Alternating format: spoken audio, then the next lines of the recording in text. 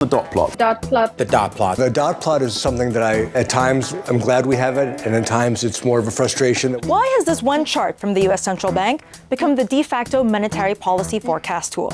Now imagine you're at one of the Federal Reserve's 8 yearly meetings. They catch up with their peers, listen to staff presentations, and decide what to do, if anything, about interest rates. But each quarter, the 7 governors of the Fed board and the presidents of the 12 regional banks update their individual forecasts for the current year and beyond. These include projections for the unemployment rate, inflation, all really important numbers. But what we're paying special attention to is the federal funds rate.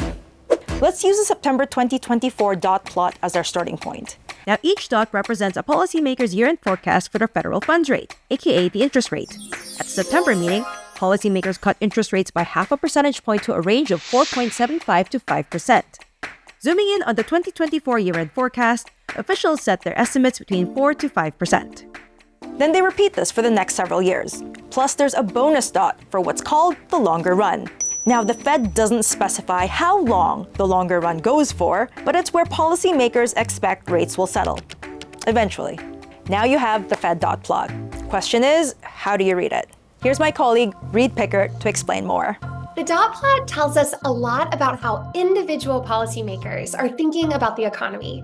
But because policymakers don't decide on one consensus forecast, it can be helpful to focus on the median dot, aka the dot that has equal dots above it and below it. Again, using the September 2024 dot plot as a guide, the median policymaker sees rates ending this year in a range of 4.25 to 4.5%.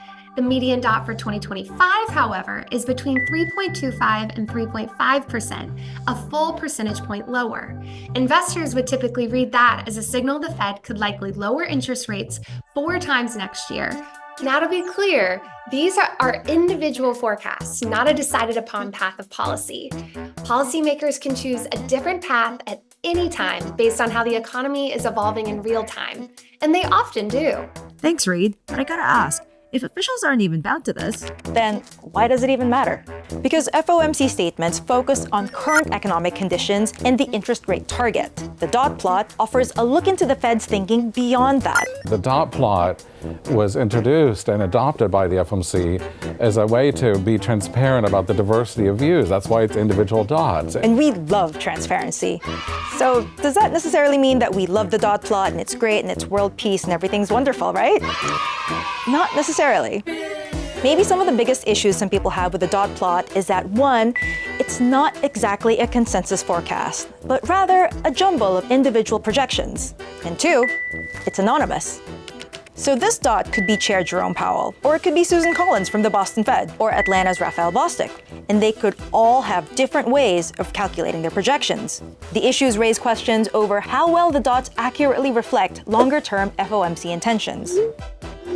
Even Fed chairs are a little meh on the dot plot. Often, they dismiss them as irrelevant or outdated. One should not look to the dot plot, so to speak, as the primary way in which the committee wants to or is speaking about policy to the public. For dot plot. Honestly, it's actually proven to be pretty good at doing its job, such as in June 2023, when policymakers refrained from hiking rates. But because the dot plot showed more increases to come, it did play a role in avoiding any bursts of investor exuberance over the tightening cycle being over. There's beauty in the duality of the dot plot. They love it, they hate it, it's cryptic yet crucial. But for better or worse, the dot plot remains a tool in the Fed's arsenal that hopefully you now know how to read.